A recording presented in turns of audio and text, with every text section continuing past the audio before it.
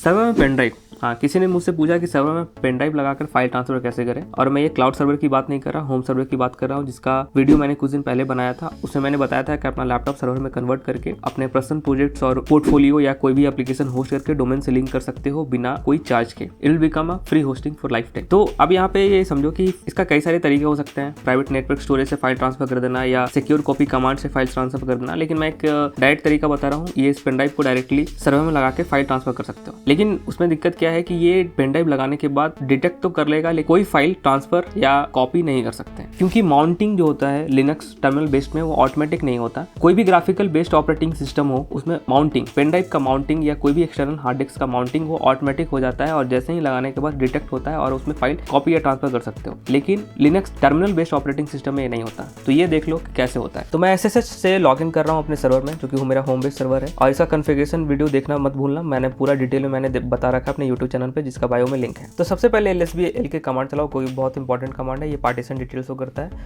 और अभी ये 2 हार्ड डिस्क मेरे सिस्टम में लगे हुए हैं, SDA और SDB। अब मैं पेन ड्राइव लगाता हूँ, ये मैंने पेन ड्राइव लगा दिया। मैं फिर से LSBL के कमांड चलाता हूँ, जो कि मुझे दिख रहा है पेन ड्राइव लग चुका है, उसका नाम SDC शो कर रहा है। अब इसमें तुम कोई फाइल ट्रांसफर नहीं कर सकते हो, इसके लिए एक ब्लैंक फोल्डर को इसके साथ लिंक करना होगा।